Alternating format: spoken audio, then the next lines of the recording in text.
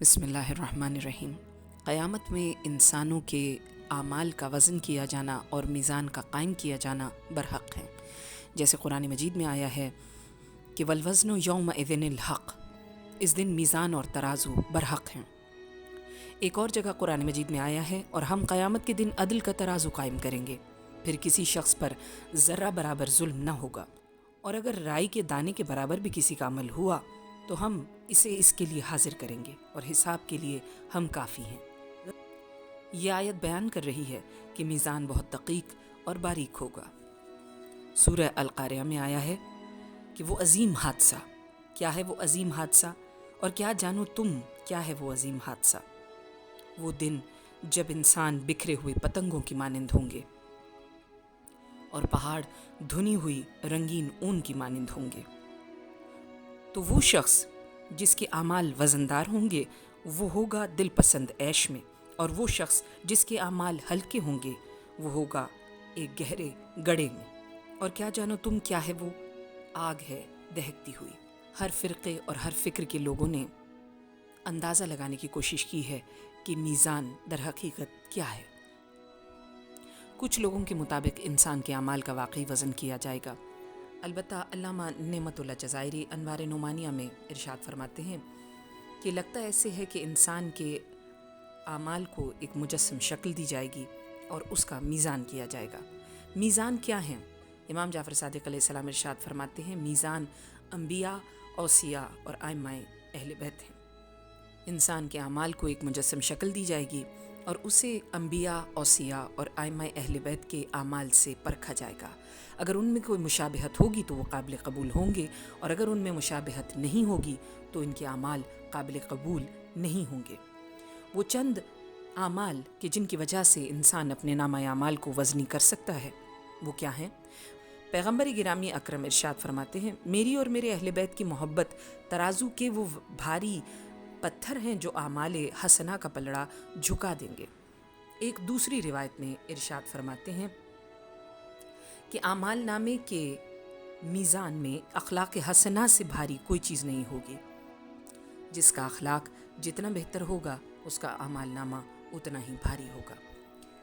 ایک اور چیز جو انسان کے نامہ اعمال کو وزنی کر سکتی ہے وہ صلوات ہے۔ رسول اکرم صلی اللہ علیہ وآلہ وسلم ارشاد فرماتے ہیں کہ قیامت میں جب میزان کیا جائے گا اور انسانوں کے اعمال کو تولا جائے گا تو میں اس وقت وہاں موجود ہوں گا۔ جن مومنین کے نامہ اعمال وزنی نہیں ہوں گے میں ان کے لیے صلوات کو پیش کروں گا جو انہوں نے مجھ پر اور میری آل پہ بھیجی، اور اس سے ان کا نامہ اعمال بھاری ہو جائے گا۔ شیخ صدوق امام علی رضا علیہ السلام کی ایک روایت پیش کرتے ہیں، فرماتے ہیں کہ اگر کسی انسان کے بے انتہا گناہ ہوں اور وہ چاہتا ہے کہ ان گناہوں سے چھٹکارا حاصل کر لے تو اسے چاہیے کہ محمد و آل محمد پہ درود بھیجے، اس کی وجہ سے اس کے گناہ معاف کر دیے جائیں گے۔ قیامت کے دن جب انسان ہر مواقف سے ہوتا ہوا گزر جائے گا تو آخر میں ایک امید کی کرن پھر بھی بچے گی، اور وہ ہے شفاعت۔ پیغمبر اکرم صلی اللہ علیہ وآلہ وسلم ارشاد فرماتے ہیں کہ ہر نبی نے کوئی نہ کوئی خواہش کی تھی، لیکن میں نے اپنی دعوت اور خواہش کو روز قیامت کے لیے چھوڑ دیا ہے تاکہ بروز قیامت اپنی امت کی شفاعت کر سکوں۔ پیغمبر گرامی قدر مزید ارشاد فرماتے ہیں بروز قیامت 3 گروہ ہوں گے جو شفاعت کریں گے اور ان کی شفاعت قبول بھی کی جائے گی، ایک انبیاء، دوسرے علماء اور تیسرے شہداء۔ حضرت امام جعفر صادق علیہ السلام ارشاد فرماتے ہیں ہمارے شیعہ خدا کے نور سے خلق ہوئے ہیں اور اسی رب کی طرف پلٹ کر جائیں گے۔ خدا کی قسم ہمارے شیعوں تم بروز قیامت ہم سے ملو گے، ہم تمہاری شفاعت کریں گے اور ہماری شفاعت قبول کر لی جائے گی۔ خدا کی قسم پھر تم بھی شفاعت کرو گے اور تمہاری شفاعت بھی قبول کر لی جائے گی۔ تم میں سے ایک بھی نہیں بچے گا مگر یہ آگ اس کے بائیں طرف سے بجھا دی نہ جائے اور اس کے دائیں طرف جنت واضح نظر نہ آنے لگے۔ ہمارے دوست اور حبدار جنت میں جائیں گے اور ہمارے دشمنوں کے لیے جہنم ہے۔